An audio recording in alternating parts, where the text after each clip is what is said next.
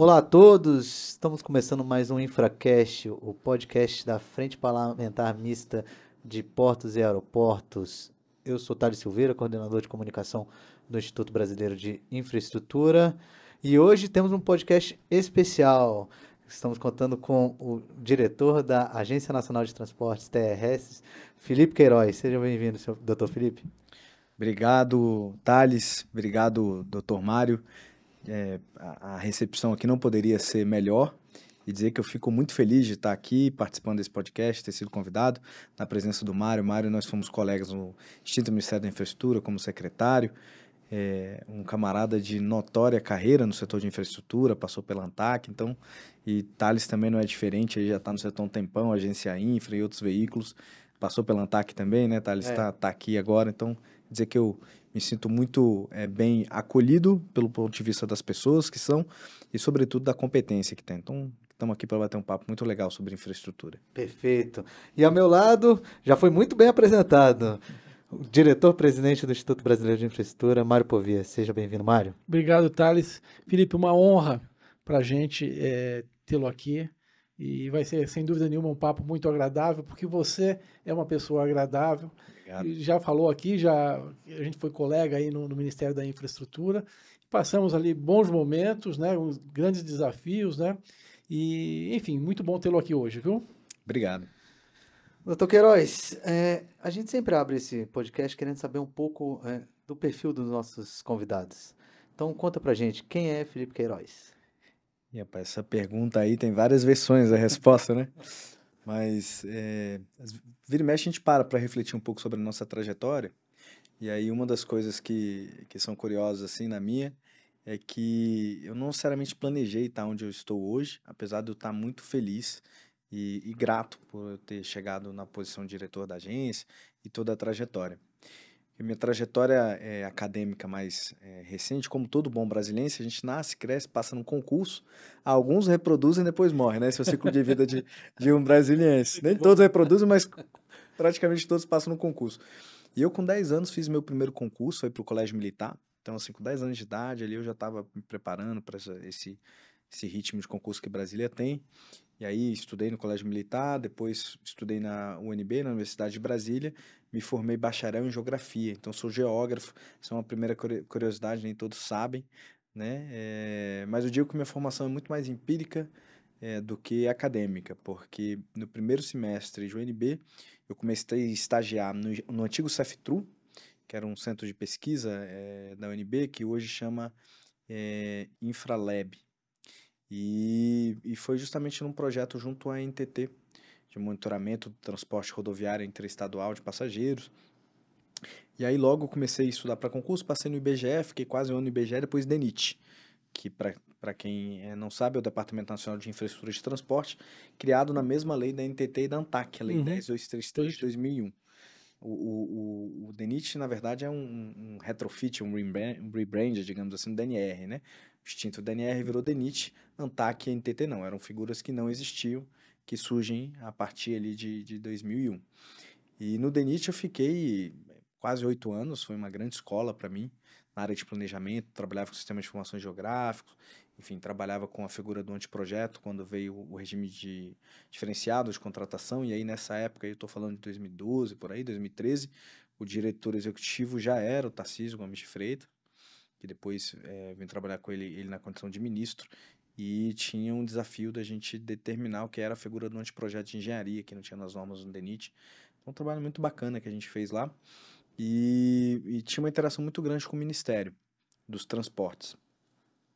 Passei, no DENIT eu era nível médio, era técnico de suporte de infra, e aí me formei na UNB, passei no concurso de analista de infraestrutura, e fui no primeiro momento para o Ministério do Planejamento, trabalhar na extinta secretaria do PAC, a CEPAC, Maurício Muniz, que hoje está na Casa Civil, era o secretário, fiquei um tempo lá trabalhando com mobilidade urbana, mas logo voltei para o DENIT, e do DENIT recebi um convite, uma oportunidade para ir trabalhar no Ministério dos Transportes, e aí com o Marcelo Sampaio, ele era já diretor à época, o Marcelo, e fui trabalhar como chefe de divisão para instaurar um banco de informações geográficas no Ministério, e aí fiquei 8 anos, passei por diversos cargos, entrei DS2 no Ministério, eu costumo brincar que eu só pulei o primeiro degrau, né? Não fui DS1, mas fui DS2, depois DS3, 4, 5 e 6, saí em 2022 como secretário nacional de transportes terrestres do Ministério, então foi uma jornada também muito bacana, né? No DENIT eu fiquei ali na formulação, na execução de obras públicas, no Ministério Formulação e Avaliação de Política Pública,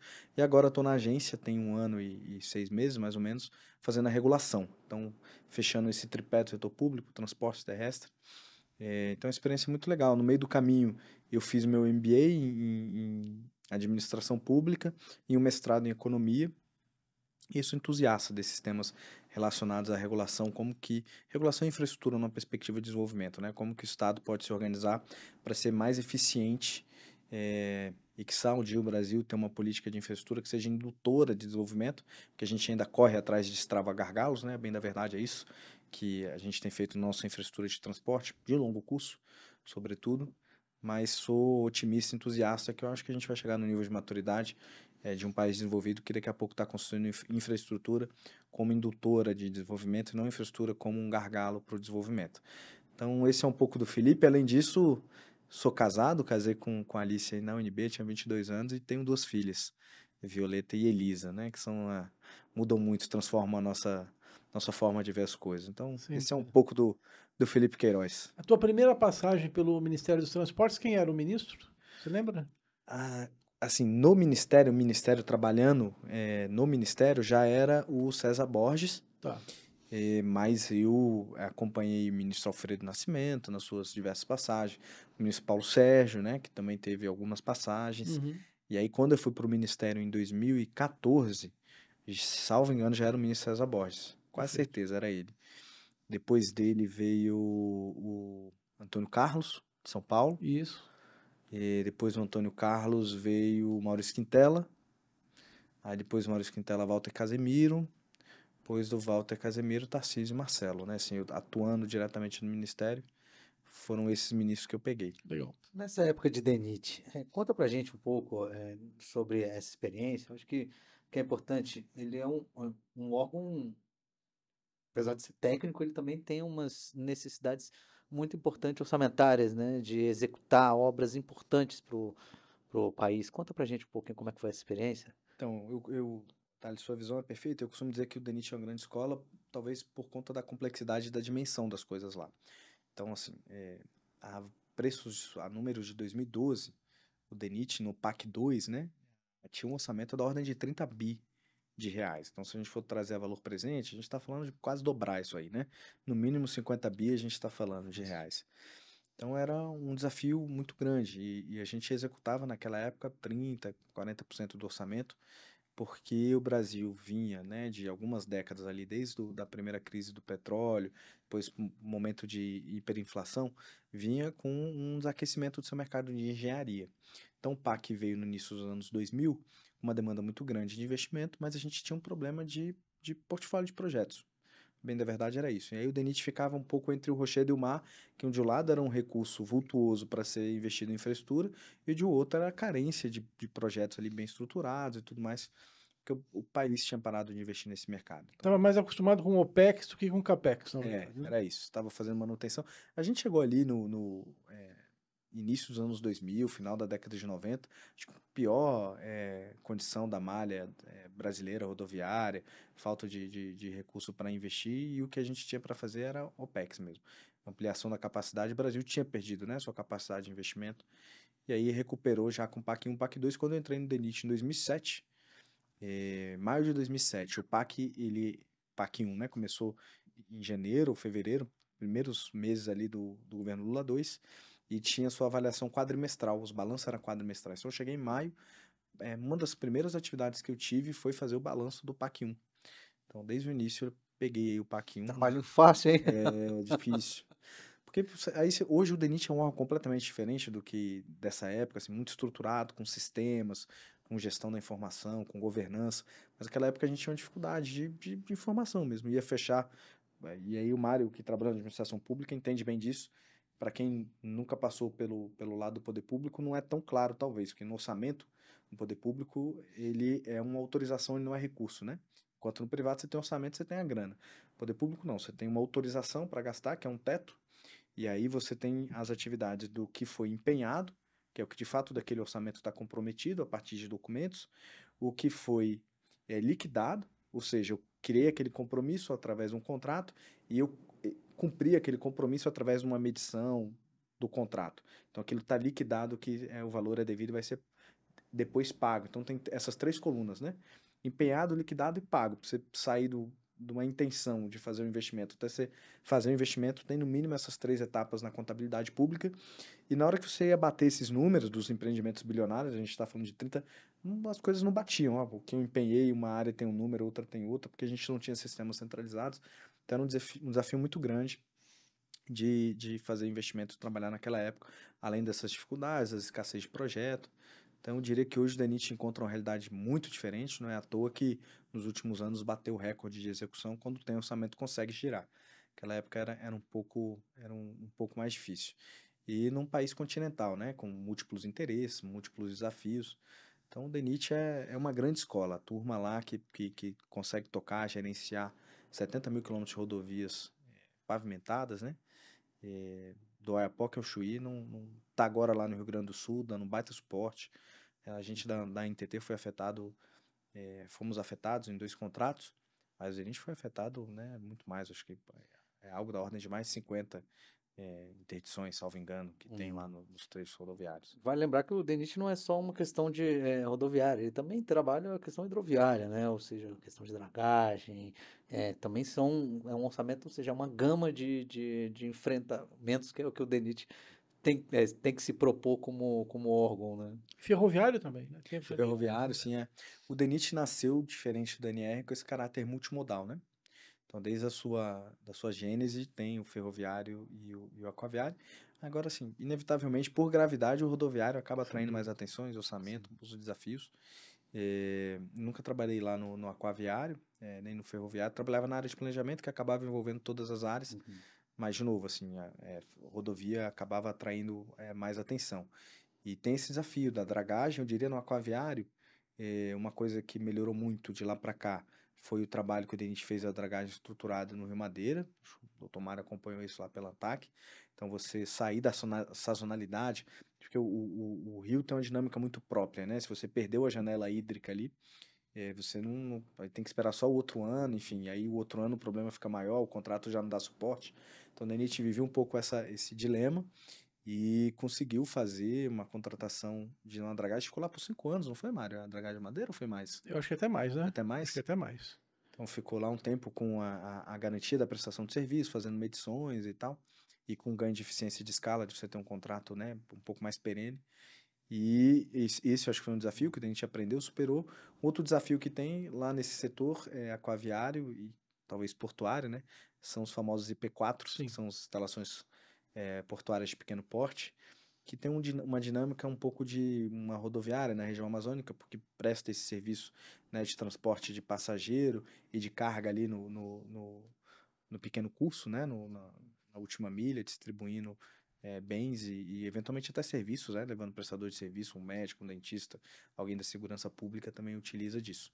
Então, só que aí para o DENIT acaba virando um desafio porque você tem as dimensões da região norte e você tem esses ativos dispersos, você tem uma dificuldade de fazer manutenção e gestão disso. Então, lembro que era um tema sempre E as prefeituras também não abraçaram, né, essa gestão de IP4. E o DENIT sempre foi uma dificuldade mesmo, né? O DENIT tem muito mais esse foco de obra, né?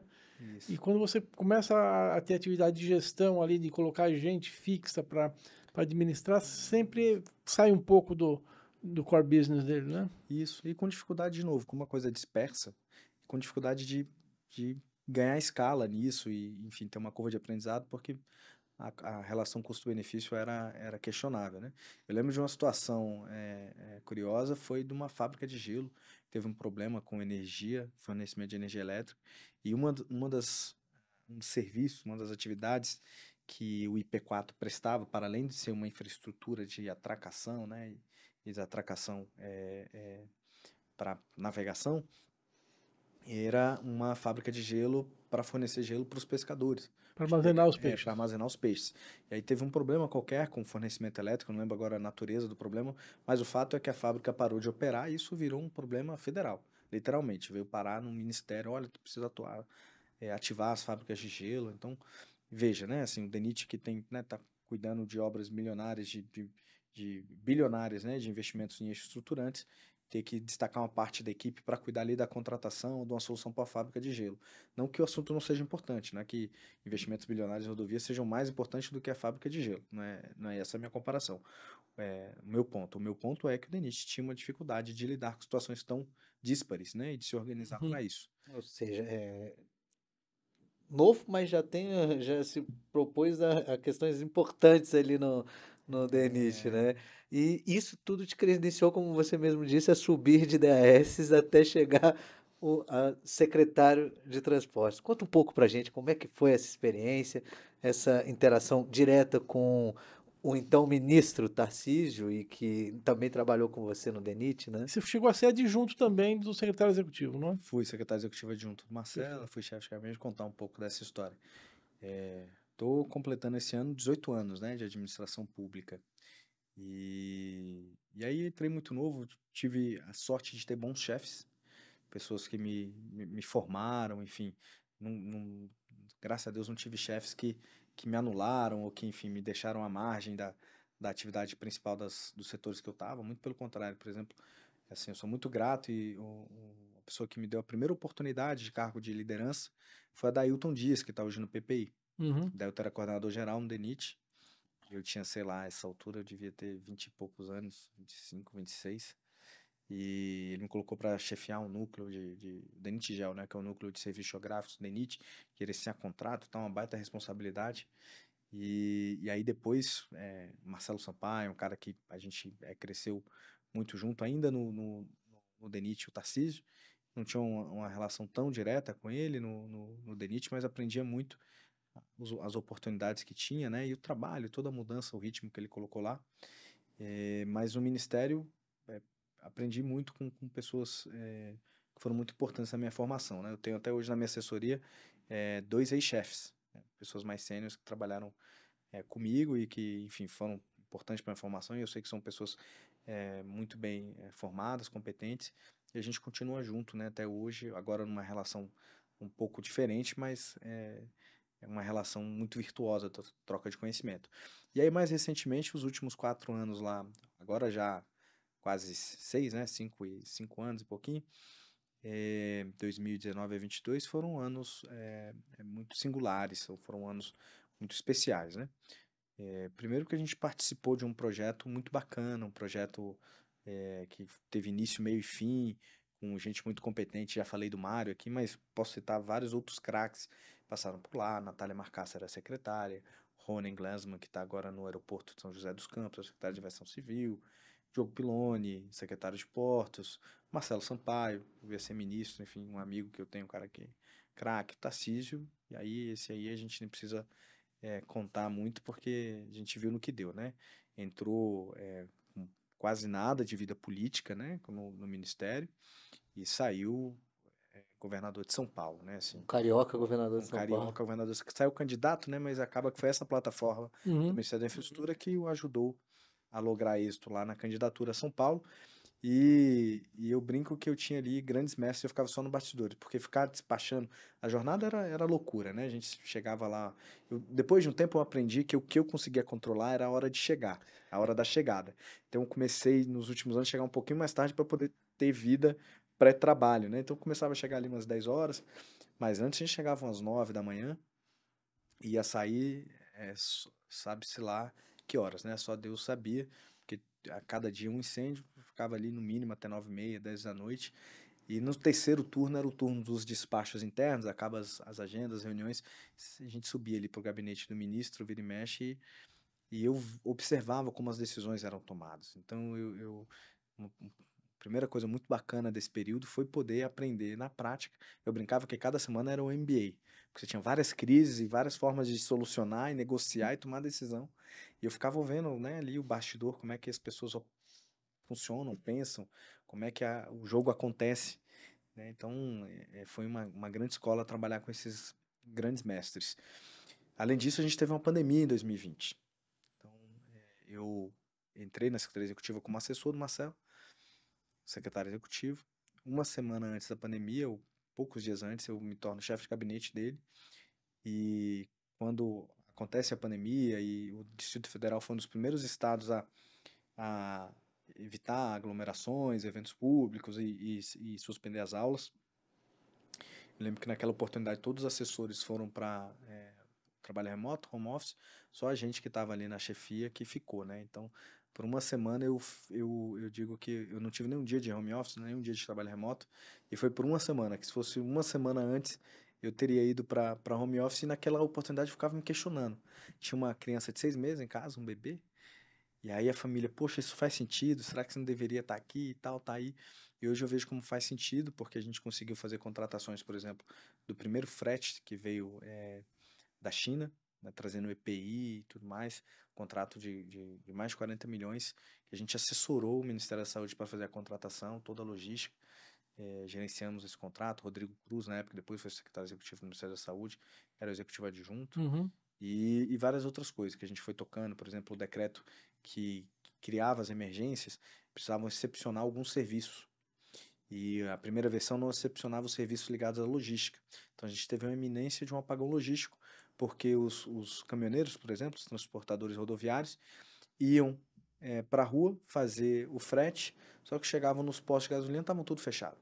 Posto fechado, quando o posto não estava fechado, o restaurante estava fechado, e não tinha onde comer, porque tinha os decretos que estavam fechando esse tipo de empreendimento. A gente precisou criar toda uma rede com o secretário de transportes para excepcionar isso e evitar crises, por exemplo, de abastecimento naquele momento. Então, foi um período muito rico. Depois disso, eu acabei me tornando secretário executivo adjunto, depois nacional de transportes terrestres e hoje diretor da agência. Então, diria que além desse aprendizado, né, que ali cotidiano, passar por grandes crises. Uma delas foi a pandemia, mas a gente teve mais de 18 mobilizações para greves de Pô, greve de caminhoneiros, caminhoneiros também, né? que toda vez também eram Bem agudo. fica ali de plantão, faz monitoramento, serviço de inteligência para saber o que vai acontecer, como que vai acontecer. Então também era um baita aprendizado, né? Todas essas crises. Você lidou com muitas tensões nessa época, né? Porque realmente conversar com os caminhoneiros num momento de tensão como essa, constante, eu imagino que te dá hoje um sentimento de dever cumprido, né? Dá. Porque realmente lá com eles não é fácil.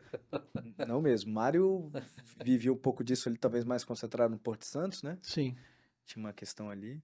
Mas Eu me lembro de ter ido num feriado, era uma sexta-feira que era feriado, eu acabei indo no sábado, exatamente para ver essa questão de acesso de caminhoneiros, né? Porque tinha bloqueio, né? Isso. E ali foi designado, acho que foi o Exército, né? E tinha um general de patente ali, enfim, tinha alguém de patente alta, acho que era general, que estava coordenando os trabalhos, né? E aí fui lá pela ANTAC e estava a diretoria do Porto de Santos, enfim. São essas experiências, né? E era um sábado, num feriado prolongado. Não, em geral, as greves, assim, ou paralisações, elas eram agendadas na volta de um feriado, ou no feriado de manhã cedo. Então, assim, diversos feriados aí eu tive que dar plantão também e atender ligação sábado de manhã, tarde da noite e tal, para lidar com as lideranças do setor, né? Acabam trazendo algumas habilidades, né? Uhum. Pra gente. Mas a gente passou sem nenhuma paralisação, de fato, né? E isso tudo no diálogo, na construção de políticas públicas e tal, entendendo que, enfim, não dá para ir para o lado do assistencialismo, não é isso, mas que o pessoal ali tem alguma necessidade de que o Estado olhe para as questões que são de fato questões latentes para um país rodoviarista, precisa dar uma assistência para esse público, e a gente criou, por exemplo, a política dos pontos de parada de descanso nas concessões rodoviárias. Então hoje todos os contratos que a gente tem saem com PPD, que é um lugar onde você vai ter segurança, vai ter uma vaga adequada para você parar o seu caminhão com segurança, né, com condições sanitárias ali no banheiro, no restaurante bacana, com conectividade, internet, essas coisas. Então tudo isso são entendimentos que foram sendo construídos a partir dessas crises, né? O que era mais agudo, e sempre e isso é difícil de gerenciar num país de economia aberta, enfim, com decisões macroeconômicas que a gente tem, controlar preço de insumos combustíveis, né? Então era isso no fim do dia que pegava, né? Tinha uma pancada aí, um aumento no combustível. E teve uma sobreoferta de frete também, né? Que jogava o preço para baixo, né? Teve Na época, não sei como é isso hoje. Hoje ainda existe, assim. Teve um momento que teve um subsídio de financiamento para a renovação da frota, Exato.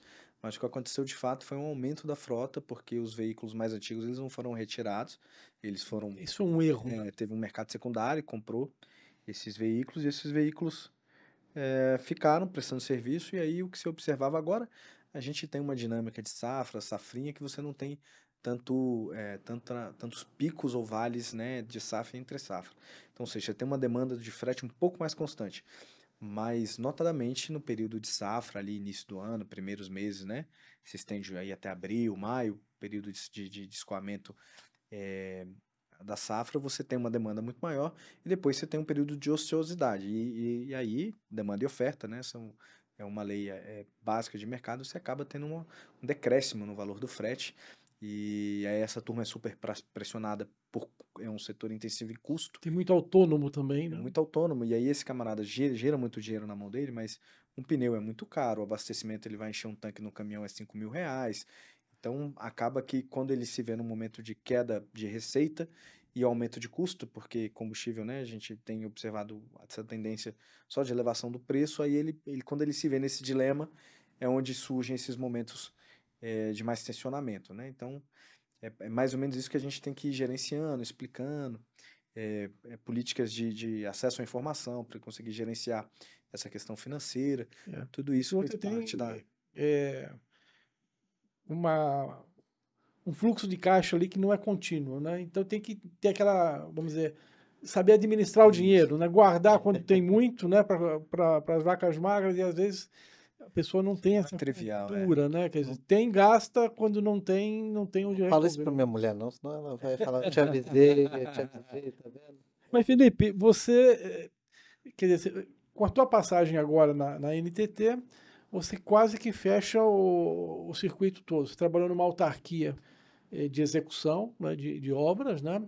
Você trabalhou na formulação de políticas públicas no Ministério, e aí imagino que você já falou de planejamento aqui, você deve ter trabalhado com planejamento, deve ter trabalhado também no ciclo ali da política pública em estrito senso, né? E agora na agência reguladora com fiscalização e regulação. Né?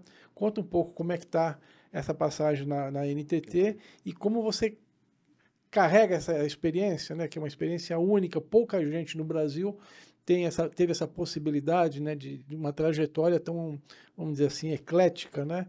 E jovem ainda, né? E você também tem esse viés acadêmico, né? A gente percebe muito, eu trabalhei com você lado a lado, o quanto você estuda, né? Mesmo a questão teórica, né?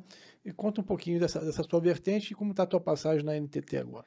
Não, Mário, obrigado. Acho que quando eu falei lá no início assim que eu não planejei essa jornada, passa um pouco por isso, que talvez não pudesse ser tão bem desenhado assim, você passar nos três, né, grandes instituições do setor, tanto no DENIT como no Ministério, eu fiquei cerca de 8 anos, num eu fiquei 7,5, outro eu fiquei 8 e pouquinho, né? Então um período parecido, e agora eu vou cumprir esse mandato de 4 anos e 3 meses na agência. E eu diria assim que uma das coisas que ajuda é isso, né? A gente estudar e eu levei alguns meses para virar uma chavinha na minha cabeça, de sair do mindset de formulação de política pública. Eu estava há 8 anos nessa história, passei no planejamento na secretaria, antiga Secretaria de Política Nacional de Transportes, trabalhava com o PNLT, Marcelo Perrupato, essa turma toda, Francisco Luiz, que você deve conhecer, essa turma que pai de uma série de coisas, o pessoal que trabalhou no GPOT, fui para a área de execução da política pública de transporte terrestre e depois fui para a Secretaria Executiva. Então, todo esse background ajudou muito a dar uma catalisada nessa curva de aprendizado, né? Entender que o tema, assim, o problema, o fenômeno era um fenômeno que eu já conheci, que era a demanda de transporte, infraestrutura e logística. A gente acaba falando muito em infraestrutura, mas a gente tem que pensar também em soluções logísticas operacionais, de aumentar a eficiência e tal, dos ativos que a gente já tem. Mas eu precisava olhar agora de uma perspectiva, um prisma que eu não tinha olhado ainda, que era o prisma da regulação. Que eu costumo resumir que você tem um campo de manobra menor, porque na política pública você tem um potencial de criação maior, né? Você pode emanar uma política pública inédita, do zero. A regulação, não. Você está ali Está restrito à política restrita à pública. política pública, né? Você está contido na teoria de conjuntos, é um conjunto, né, que está contido dentro do conjunto da forma da política pública. Então você precisa dar tratamento regulatório e fazer acontecer aquilo que eventualmente é mais teórico, uma diretriz na política pública. E aí uma das coisas que eu acho muito bacana, que me surpreenderam, primeiro é a capacidade institucional da NTT. É uma agência super bem equipada do ponto de vista material, instalações, viaturas, uma estrutura bacana, um bom corpo técnico, assim, toda reunião, agora não que eu já conheço a maior parte da turma, mas no início, a cada reunião, eu me deparava com um técnico novo, um mais competente que o outro, um melhor preparado que o outro, isso chamava muita atenção, porque no Ministério, às vezes, era difícil, como o Ministério tinha muito tempo que não fazia concurso, não tinha quadro próprio que suprisse as demandas ali, a gente vivia muito de sessões e aí você perdia uma pessoa boa para repor, era mais difícil. Na agência não, a gente tem pessoas de fora trabalhando, mas assim, sobretudo É o um quadro quadro mais técnico perene, né? é perene, você perdeu uma pessoa aqui, você tem outra para repor tão boa quanto a que saiu. Então isso me surpreendeu. E aí essa questão de você fazer a regulação em tempos e movimentos próprios, né? Então, enquanto você ali na política pública tem uma demanda, às vezes, de ter um resultado mais rápido, uma resposta, porque essa crise se impõe, né, no cotidiano, no dia a dia, na regulação é melhor que você faça nos tempos e movimentos próprios da regulação, quais sejam. Você colocar na agenda regulatória e comunicar com transparência para o setor que vai ser discutido nos próximos anos, para não pegar ninguém, né, de sobressalto, Previsibilidade. previsibilidade, transparência. Você depois fazer toda a parte de análise de impacto regulatório, estudar cenários, inclusive não fazer nada, participação em controle social, reunião participativa, audiência pública, disso tudo, para depois você ter uma resolução, que isso aí varia um pouco, mas é um ciclo regulatório que é de pelo menos um ano, né? A depender do assunto mais complexo, um pouco mais que isso, se você tiver mais maduro, você consegue encurtar um pouco, mas não muito menos. Você não vai conseguir ter uma nova resolução, esse ciclo de bota na agenda regulatória, faz a análise de impacto, tudo, toda a governança da agência, vai conseguir fazer isso em menos de 8 meses, sendo muito eficiente.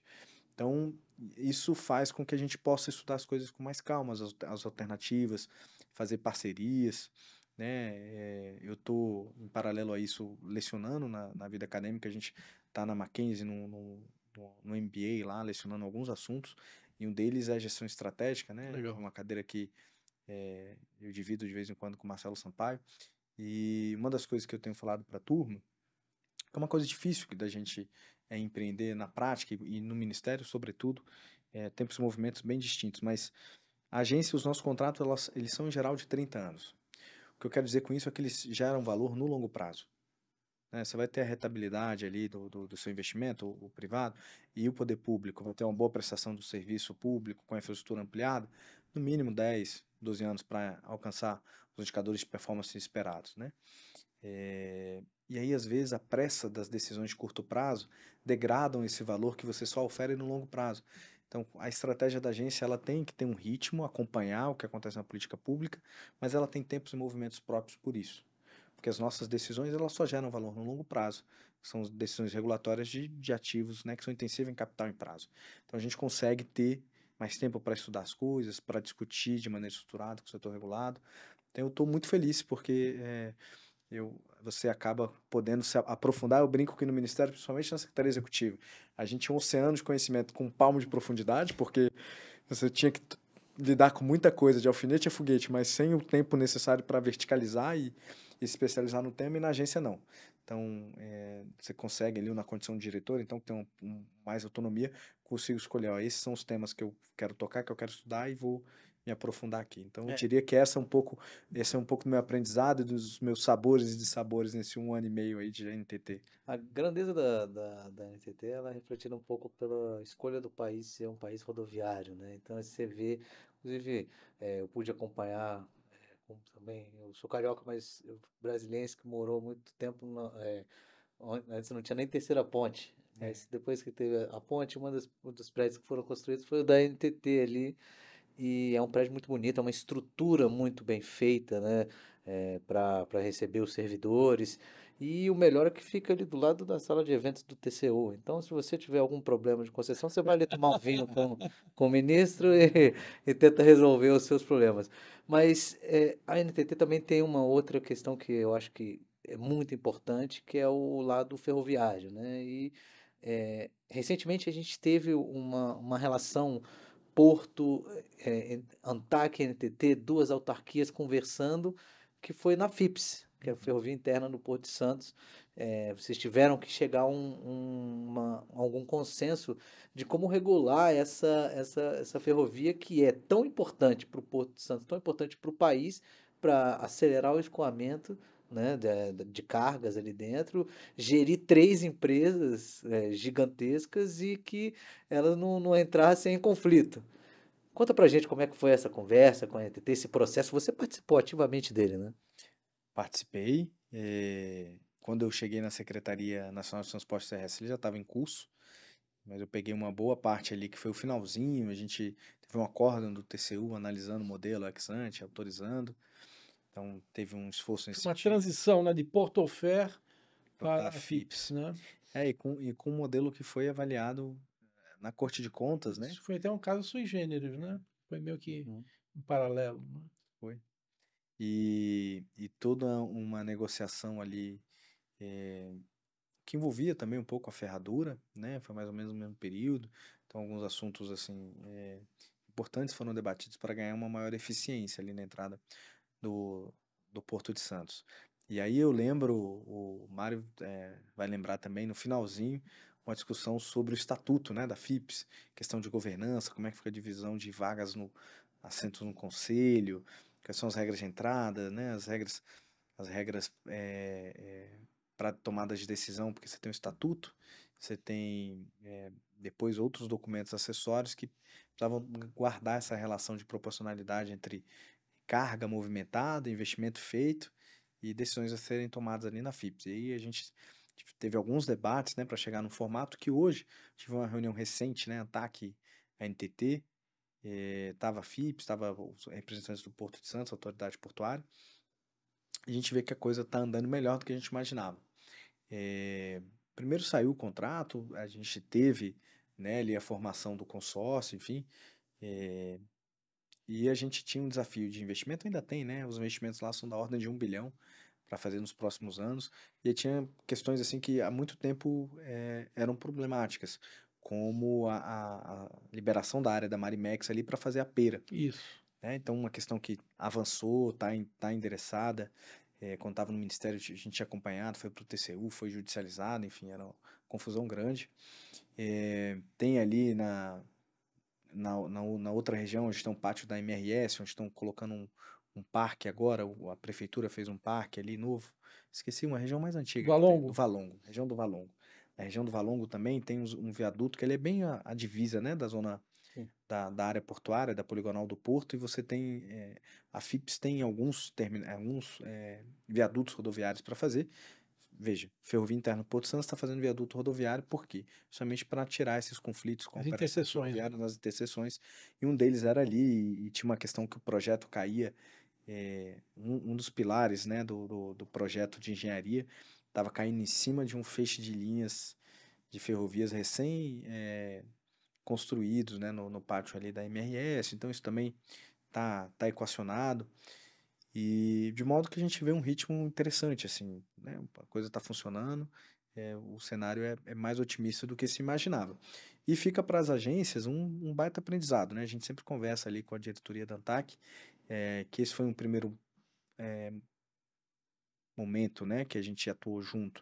E aí, logicamente, tem os desafios de como é que se organiza, o que é essa fiscalização conjunta. Porque a gente tem um acordo de cooperação que diz que a fiscalização ali é conjunta. Porque, veja, dentro do porto, a competência é da ANTAC.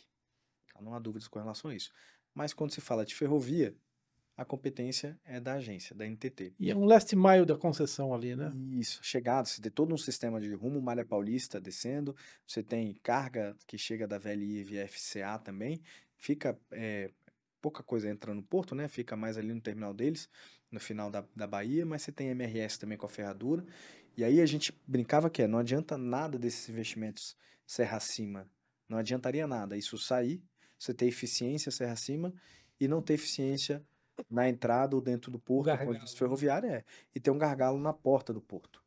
Porque infraestrutura é isso, é rede. E os Então caminhoneiros todos os continuaram links e pontos. empacando ali, né? ou caminhoneiros, ou outros conflitos, Sim. enfim, ou você não ter a Exatamente. ampliação da capacidade ali da FIPS para receber o que você tem de ampliação de capacidade de serra acima. Então, ambas as agências se organizaram nesse sentido e têm avançado. Já tem uma segunda versão do acordo de cooperação, porque viu que tinha coisa para ajustar Uhum. do primeiro para o segundo. E a gente tem discutido, a gente deve anunciar em breve, coisa muito legal, assim, nesse sentido de olhar como que a regulação multimodal pode incrementar a eficiência.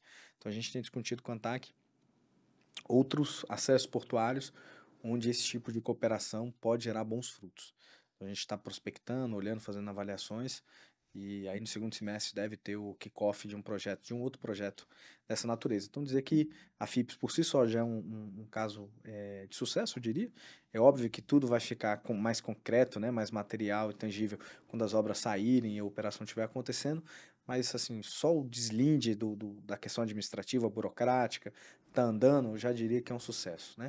A visão, que foi uma visão inovadora, e isso servindo como uma iniciativa que pode se espraiar para outros portos, por exemplo. Talvez seja um caso de PPP mesmo, né? Assim, muito embora seja um consórcio de privados, né? Você tem efetivamente ali a questão da autoridade portuária, né? E tudo isso ocorre dentro de uma área pública, né? E muito interessante porque isso acaba trabalhando também para os terminais, que são clientes dessas concessionárias, né?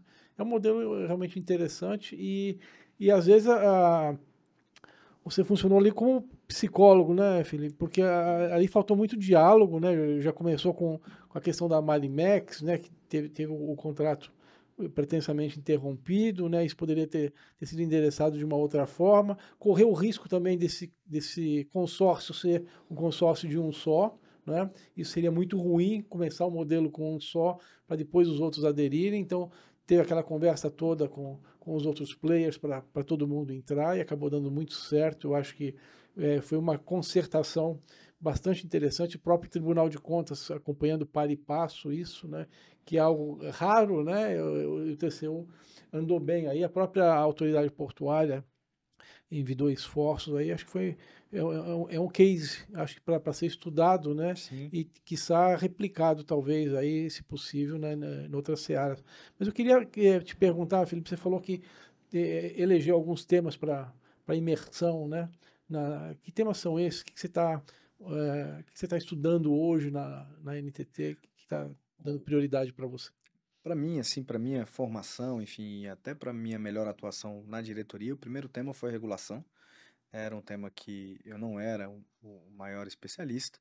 E aí fui entendendo a diferença, as resoluções que a agência tem, uma visão de migrar de uma regulamentação, de uma regulação, comando e controle para uma regulação responsiva, né, Smart Regulation, conectado ao que é preconizado pelo CDE, por exemplo. Uhum. Então, entender um pouco a história da regulação, por que se regula, como se regula, as teorias. Então, esse é um tema que me interessa e é um tema que eu tenho instigado dentro da agência, que a gente precisa ser exportador de melhores práticas regulatórias e, às vezes, até criar inovações regulatórias, né? A agência tem conseguido, em alguns momentos, fazer isso, está na fronteira. Então, ir lá fora, beber da fonte, trazer soluções com benchmark internacional, mas, sobretudo, com um DNA tropical brasileiro. Porque Uhum. a gente não consegue observar lá fora nada que um manual, né, que se aplique integralmente no Brasil, dadas as nossas peculiaridades. Então, a regulação é um tema. E aí, isso, a gente pode dar alguns exemplos aqui, que não fui eu que liderei, mas a agência tem sido protagonista, né? O sandbox regulatório do Free Flow, né, do fluxo de passagem da pesagem dinâmica em alta velocidade, que é a GSWIN. Então, é um instrumento, porque o sandbox regulatório, ele, em geral, no Brasil, muito usado no mercado financeiro, ele tinha uma característica de ser aplicado mais para a exclusão de alguns segmentos, né? Então, Explica um pouquinho só para os nossos ouvintes o que é o sandbox se a regulatório. gente for falar assim no inglês mais, seria sandbox regulatório, que é uma espécie de caixa de areia, né? E falando no português claro, é uma espécie de projeto piloto, né? A questão essa figura de sandbox é porque você cria uma espécie de isolamento, uma caixa ou um espaço regulatório que isola os efeitos e consequências daquele experimento que você está fazendo. Isso mitiga muito o risco, né? Então, vou dar um exemplo. O Pix começou com um sandbox regulatório, o Banco Central fez lá um experimento e aí viu que dava certo. Então você pega Você puxou de lado para tratar. isso, um grupo de controle, vê ali que dá certo, depois você espraia aquilo para o resto do setor regulado. O nosso caso foi um pouco diferente, né? A gente não pegou, a gente até poderia, por exemplo, o setor de serviço, você está falando NTT, regula e fiscaliza toda a operação de transporte interestadual de passageiro. São cerca de 90 milhões de pessoas ano. A gente podia pegar um grupo ali amostral e fazer. Mas não foi isso, que seria o mais análogo ao que se observava. O que foi feito foram 2 termos aditivos, né? O primeiro do Free Flow, para operar uma tecnologia que era inegável, visão de futuro, todo mundo sabia que uma hora ia chegar, com a gente ou apesar da gente. E para afastar incertezas, como qual vai ser o padrão de inadimplência? Se eu coloco lá, porque eu não vou ter a barreira física da praça de pedágio. E aí a discussão era, os números no Brasil são de tal ordem. Inadimplência no IPVA é 30%, e aí o camarada que não paga IPVA, infração que ele não está pagando mesmo, né? E aí inadimplência no pagamento de multas e tal. E a discussão, olha, se a gente tiver 30% de inadimplemento nos contratos de concessão, isso quebra o fluxo de caixa e não para de pé. Então essa era uma preocupação. Será que vai ser essa a taxa de inadimplência? Como é que funciona a tecnologia do ponto de vista de verificação? Se não tiver a tag, tem que fazer via OCR, que é a leitura da placa. Isso eu tenho que consultar uma base, eu vou ter essa informação para autuar e tal. Toda essa questão operacional, então não, olha, na dúvida vamos fazer em um trecho e observar o comportamento dessa nova tecnologia. E aí a gente teve uma felicidade de sair o trecho da BR-101 entre Rio de Janeiro a Ubatuba, em São Paulo, um trecho da Rio Santos. E era um trecho que você tinha outras externalidades ao se colocar o free flow. Uma delas, por exemplo, você não tinha praça de pedágio, então você ia ter que construir uma praça do zero. Então o custo seria maior do que botar um pórtico. Segundo, uma região de serra, uma questão ambiental ali, ia ter que desapropriar, ia ter que pegar licenciamento para construir a praça de pedágio, eventualmente fazer corte e aterro, porque na chegada das praças você faz um alargamento, né, por uma questão de fluxo, bota pavimento rígido, então toda uma questão de engenharia ali, que apesar de não ser uma obra muito complexa, mas por conta das características da região, ia trazer uma dificuldade adicional. Então você tem essas questões que ajudaram a trazer o sandbox para aquele local como uma solução interessante. E do ponto de vista de risco, uma projeção só de 3% da receita total do contrato ali no trecho. O que significa dizer que se você tivesse um inadimplemento de 100%, você estaria impactando de maneira marginal o contrato. Então, assim, vamos lá, né? É o lugar para fazer isso. E aí a gente está indo aí para 1 ano e meio, começou março do ano passado, começou uma operação ainda não para valer, só de monitoramento, e acho que em abril começou a rodar pagamento, mesmo cobrança, pagamento, infração. Então a gente está com 1 ano e pouco, vai até o março do ano que vem com esse experimento, mas tudo indica, assim, os números, o inadimplemento que tinha essa dúvida, ele, na última medição, a gente tem relatórios trimestrais, foi da ordem de 9% e com tendência de queda, sempre caindo. O Ministério abriu agora, semana passada, sexta-feira, uma audiência pública da nova norma do Free Flow.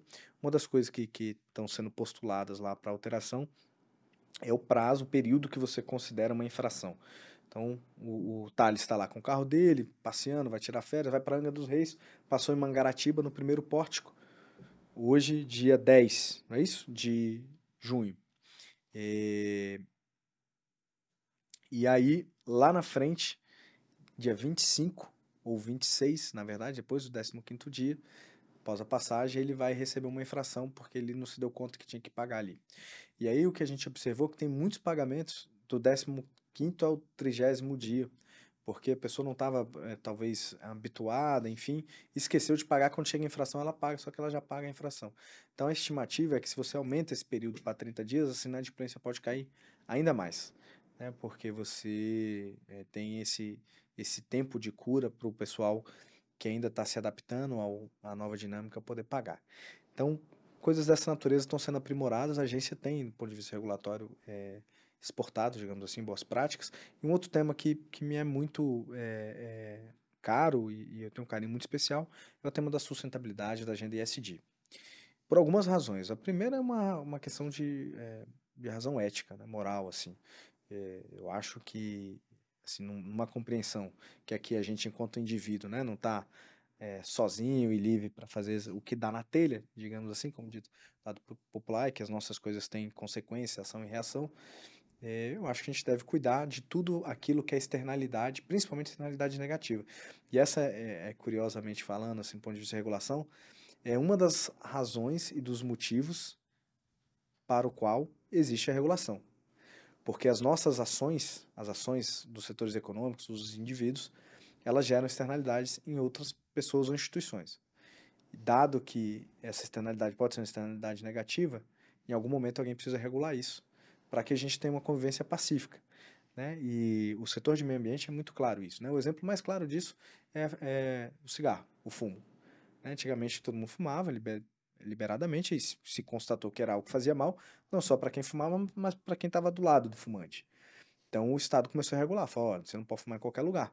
Ah, mas é uma decisão individual minha, sou eu fumando. Não é, mas a sua decisão individual gera externalidade negativa em quem está ao seu lado. Logo, eu preciso regular isso, para que a gente tenha uma convivência pacífica. Então, meio ambiente mais ou menos por aí, né? Emissão de gás de efeito estufa de uma decisão individual minha, de pegar o meu carro e ir para algum lugar, ou de ter uma atividade econômica qualquer, que eu vou queimar derivado do petróleo, ela polui o ar que todo mundo respira. Ela contribui para o aquecimento, gera uma camada, né, a mais de gás de efeito estufa na atmosfera, você vai engrossando isso. Isso faz com que a Terra aqueça. A Terra aquecendo desbalanceia os fluxos hídricos e chove onde não era para estar chovendo, e dimensões que não era para chover, e as pessoas estão desalojadas no Rio Grande do Sul.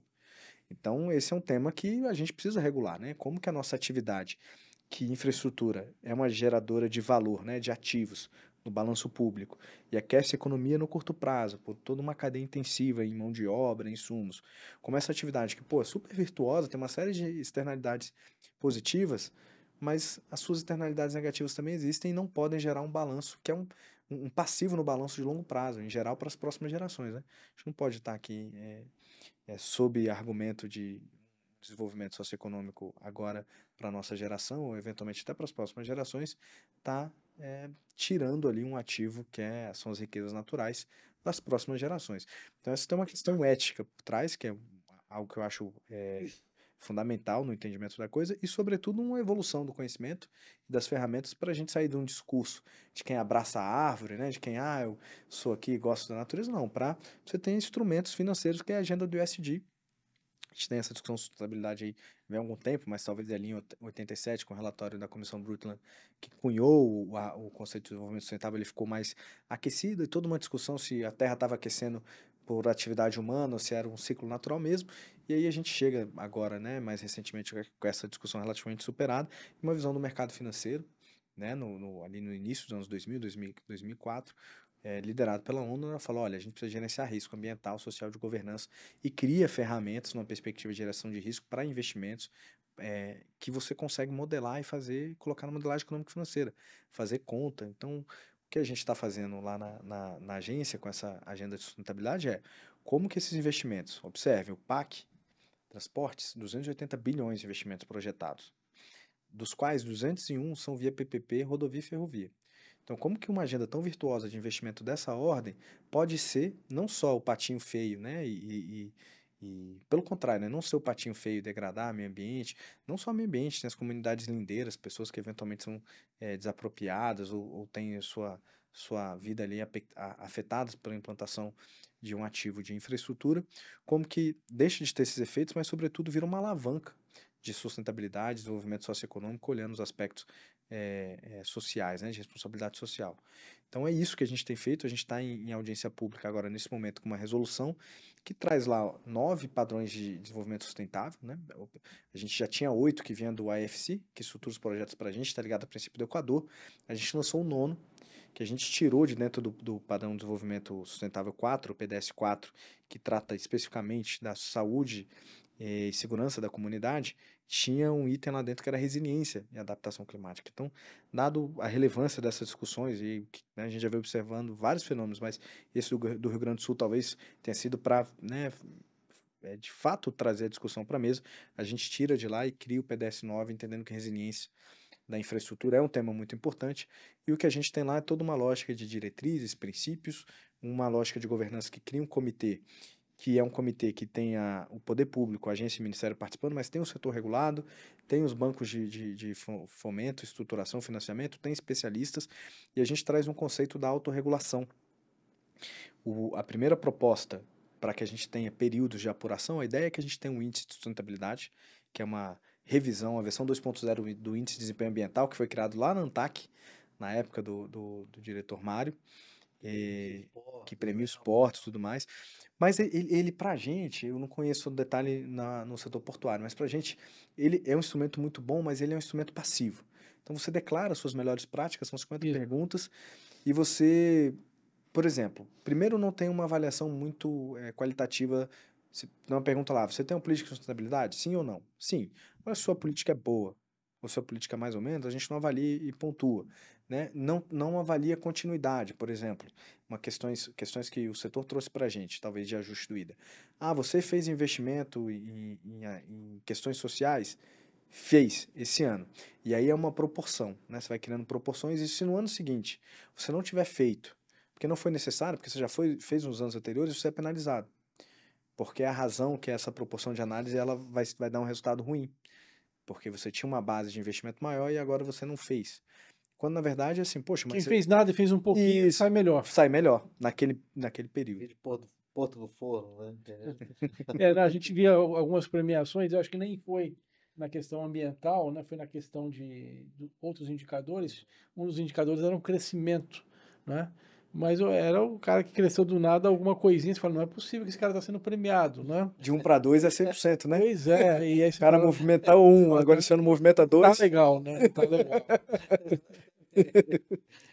Mas, Felipe, deixa assim, a gente vive num país, né, nós temos aí, o pessoal brinca, né, que a gente tem aí alguns padrões de classe Europa, top, e classe bem baixa, né? Então a gente está falando aqui de locomotivas elétricas, caminhões elétricos, embarcações, né, e também de combustível verde, né? Mas a gente continua tendo aí aqueles caminhões que rodam, principalmente nos portos ali, fazendo o chamado vira, né? Que eles não têm nem maçaneta na porta, a gente imagina que não deve ter filtro também no escapamento, etc e tal, né? Mas aparece lá o número da NTT como se estivesse regulado, enfim, na porta, né? Nem sei. E como é que está essa parte de fiscalização, né? A dificuldade que vocês têm de atuar na ponta, não sei se vocês têm convênio com secretarias municipais de trânsito, como é que funciona isso e qual é a dificuldade efetivamente? Claro que tem um problema social de você não permitir que esse caminhão rode, né? Mas também tem um outro problema que é o coletivo, né? Tá jogando esse diesel todo aí queimando, né? Como é que você trata essa dicotomia, né, de estar no ótimo e no muito ruim, né? Só uma excelente pergunta, assim, eu digo que a NTT tem uma área que é mais glamurosa, que a gente acaba falando mais, que é desses contratos de concessão, seja de rodovia e ferrovia, que são bilhões de investimentos e tal, players, né, mais qualificados e mais glamour por trás da agenda. E tem uma agenda que ela é igualmente, ou tão importante quanto, que é a agenda do que eu chamaria dos serviços, operação de transporte passageiro e carga. E aí quando a gente vai para carga, a gente está falando, né, do nosso Registro Nacional dos Transportadores Rodoviários de Cargas, que é isso que aparece lá na porta dos caminhões, o RNTRC, onde a gente tem lá, a gente está fazendo agora, está no período de recadastramento, mas grandes números, a gente tem 2,7 milhões de veículos registrados, e aí o veículo é tanto cavalo-trator como implemento. Quando a gente vai só para cavalo-trator, a gente está falando aí de algo perto de 1 milhão de registros, e aí uma divisão, seja das transportadoras, né, as empresas de transporte de carga, ETC que a gente chama, as cooperativas, que é uma outra categoria, e os autônomos, transportadores autônomos, o que a gente chama no senso comum de caminhoneiro. E aí quando você vai olhando a idade, tem umas estratificações, né, uma delas que acho que vai ao encontro do teu diagnóstico, da tua pergunta, Mário, é quando você olha a idade média da frota versus o autônomo, e aí você vê que pula muito, né, a idade sobe muito, e aí você tem essa turma com veículos aí com idade média de 30 anos rodando. E aí você tem toda uma questão de eficiência, né, tecnologia, além da manutenção, o veículo tá mais gastado, é uma tecnologia antiga, veículos que tinham outros padrões, outros níveis de emissão de tecnologia. Então tem um desafio, e aí é um desafio que não é necessariamente da regulação, mas a regulação ajuda muito. Só a NTT tem esse cadastro, por exemplo. Então, qualquer política pública que vá ser feita baseada em evidências para o setor vai precisar do cadastro, no mínimo, da NTT para fazer conta em cima dos números e se conectar, se relacionar, né, com o caminhoneiro. com os transportadores de rodoviários de carga de maneira geral.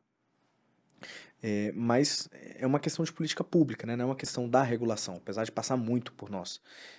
O que a gente faz é fiscalizar quando a gente faz o registro do RNTRC, são algumas características do veículo e essa questão ambiental tem resolução CONAMA que regulamenta isso, mas é uma questão que o país, assim, na minha avaliação, na prática ainda deixa muito a desejar do ponto de fiscalização, e não só a NTT, eu estou falando Em geral. em geral, né? Os E diversos dependendo órgãos. das esferas de poder, inclusive.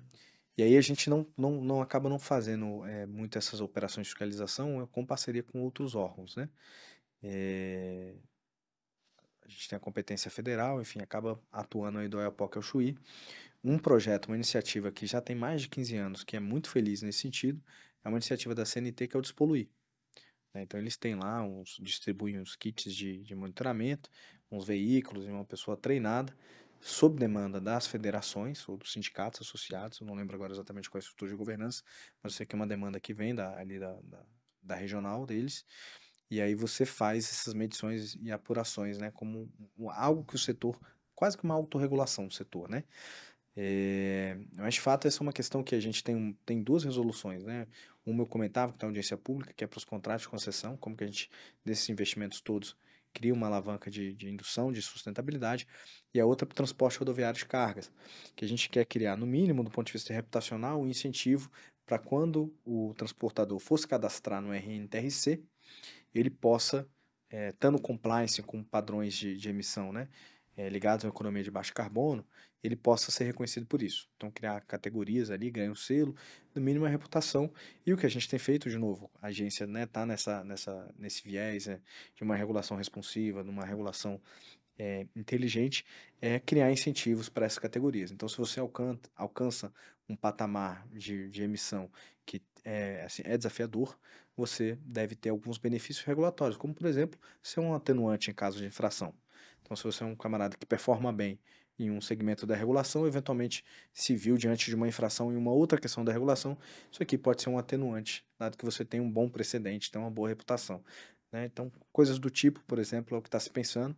Essa resolução ela vem um pouco atrás, do ponto de vista cronológico, com relação à outra. A gente deve abrir a audiência pública até o final do ano e editá-la no ano que vem, né?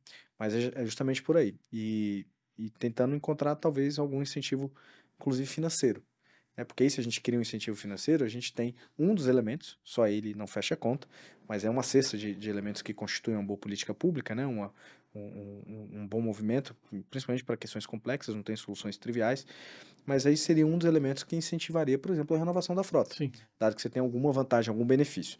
De novo, só esse benefício, a gente não tem essa presunção de entender que, né, só isso vai fechar a conta, mas é um elemento que se soma do ponto de vista da regulação. Isso é muito verdade. Você vê no pequeno caso, é a questão do carro híbrido, né? Que se você compra um carro híbrido, você tem direito a não pagar o IPVA.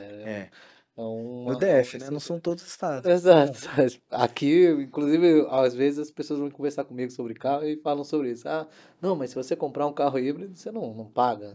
Então, é visto esse incentivo com bons olhos, né? Então, tem que se escalar da melhor forma. Mas ainda voltando, desculpa fechar com a rodovia e voltar para a ferrovia, nós tivemos. A NTT também se debruça hoje a um tema muito importante que veio do Congresso e que você, na época, participou, que foi a questão das autorizações ferroviárias. Né? Hoje, no Brasil, a gente tem a questão das concessionárias, que são fortes, né, e importantes para o país, mas também há necessidade, houve já um entendimento de que há pode-se criar novos corredores, né, por maneiras de autorização. Falta algum tipo de regulação sobre isso, mas ao mesmo tempo a NTT já tem se debruçado bastante, até feito 4 DUPs, se eu não me engano, para soltar as ferrovias. Como é que você está vendo essa questão? Como é que a agência está tratando isso? Teremos aí alguma notícia em breve? Temos, sempre a NTT é uma produtora de boas notícias. Se refere à Lei 14.273, que trouxe o regime de autorização para as ferrovias, né? A gente não tinha antes essa possibilidade, antes era tudo via concessão, que a gente chama de concessão pura no Brasil, né? Mas a nossa concessão remunerada só via tarifa ali, sem aporte ou contra prestação pecuniária. E aí aposta, na época que se traria bastante investimento, foi inspirado no Stagger Act americano, lá da década de 80, um pouco na lei de portos, que fez isso também, né? Os números estão aí, depois que surgiu a figura dos TUPs, tá aí, movimenta, a última vez que eu vi era mais de 66% de carga movimentada via TUP. E aí, a gente, para nossa surpresa, né, uma série de requerimentos, algo da ordem de 100 requerimentos, muitos sem talvez densidade ou lastro técnico, financeiro e tal. É um estudo de viabilidade que demonstrasse viabilidade. E aí isso colocou aquela discussão, a polêmica, né? Poxa, mas saiu até uma matéria um tempo atrás no Valor, ferrovias de papel. Poxa, mas esse marco, ele induz de fato a construção de ferrovia ou está gerenciando aí uma reserva fomentando uma reserva de mercado? O cara pega a autorização e vai atrás depois rodar o mercado com esse papel para ver se coloca de pé o negócio, o que, por óbvio, não era o objetivo e o interesse do setor e da política pública.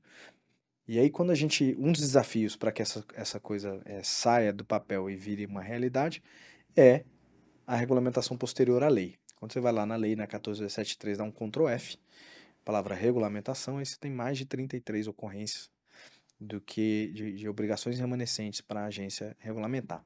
Uma delas, você citou, que a gente já regulamentou, é a questão da desapropriação. Quem declara, como que declara, quais são os requisitos, depois de assinado o contrato, a declaração de utilidade pública, a DUP, né, que é um documento predecessor aí para a desapropriação de fato. Essa é uma questão que a gente foi regulamentada em 2022, ainda via decreto. O próprio requerimento, né, a autorização, ela funciona em dois formatos. Um é o agente privado, ele requer, ele peticiona, protocola um requerimento pedindo ali a autorização para um trecho. Isso foi regulamentado também nesse mesmo decreto de setembro de 22. E tem o chamamento, que aí é o poder público olhando ativos em geral vai ser brownfield, né? Mas nada impede que fosse para um investimento. Seriam aqueles devolvidos. Possivelmente o principal uso vai ser, a gente tem 30 mil quilômetros de ferrovias no país, metade disso, mais ou menos, opera de maneira ineficiente, para não dizer que tem muita boa parte ociosa. E aí, antiga Refesa, né? da Refesa, uma malha secular, a cidade cresceu, o perfil da carga mudou, a geometria do trecho já não atende mais, velocidade operacional, o dormente é de madeira, toda sorte de coisas, assim, a cidade cresceu e tal, que vão culminar, em muitos casos, no entendimento que ali tem uma outra vocação, aquela região. Já não tem mais a vocação ferroviária, você precisa desafetar da operação ferroviária e dar um outro uso. Essa é uma questão. A outra é que no formato atual, regulatório e modelo de negócio, não é viável. Mas em um outro formato é viável. Então, sim, a operação ferroviária. É viável a operação ferroviária. Então, o chamamento é para você desafetar, né, esses trechos, eventualmente, ou fazer uma nova modelagem da destinação para esses trechos. Então, é isso que está em regulamentação, talvez seja uma novidade aí para vir ainda esse ano. Então, o chamamento, regulamenta outras questões que, como eu disse, que houve uma polêmica sobre a lei, funciona ou não funciona, né, entendimentos diferentes no setor regulado, que estava querendo entrar no setor. Você teve, na época da sanção da lei, alguns vetos. Muitos deles foram derrubados agora, agosto do ano passado, agosto de 23.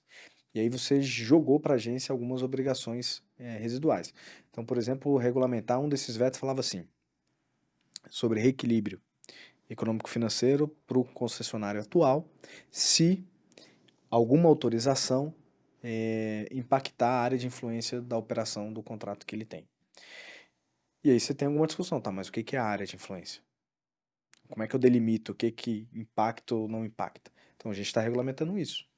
Que danado é essa tal de área de influência, né? E aí ele pode, outra questão, direito de preferência. O concessionário atual, se tiver um requerimento, ele pode exercer o direito de preferência da área de influência. Então você regulamenta o que é a área de influência, depois regulamenta o que é o direito de preferência. Como é que ele exerce isso?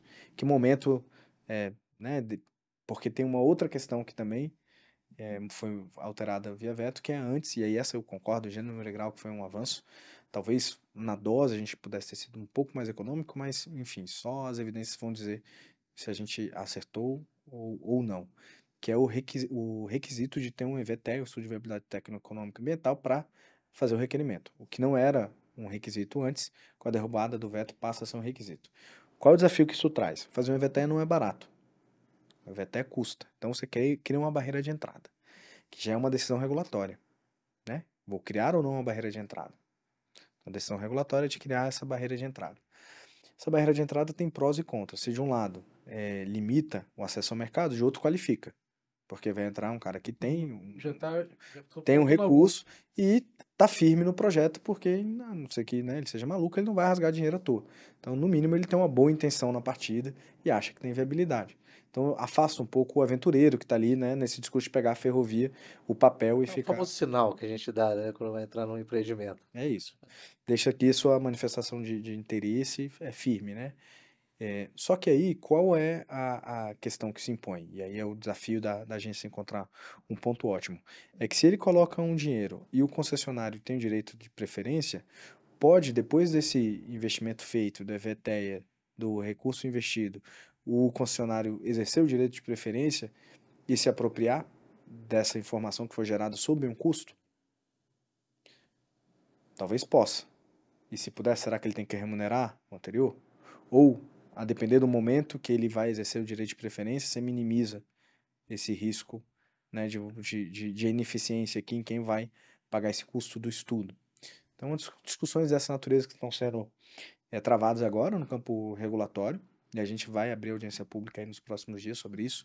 O diretor é o diretor Lucas Asfo, então tem uma norma sobre chamamento que enfrenta, dentre outras coisas, esses pontos, né? E Discussão difícil essa, né? Realmente não saber qual é dentro de uma área de influência, se ele pode pegar o investimento que o outro fez, né? Ou se não é. ele tem que pagar ele ou não.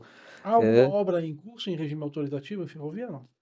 Não, mas há duas bem avançadas, que foram inclusive as primeiras DUPs, né? Que foram. A gente teve 9 pedidos, 9 DUPs publicadas, né? Autorizadas, das quais duas a gente tá com obra bem avançada, que é o trecho o trecho da Eldorado, de Três Lagoas até Taboada da Serra ali, para encontrar com a Rumo Malha Paulista. Isso é Mato Grosso do Sul. Mato Grosso do Sul, São Paulo, né? Uhum. Taboada já é São Paulo.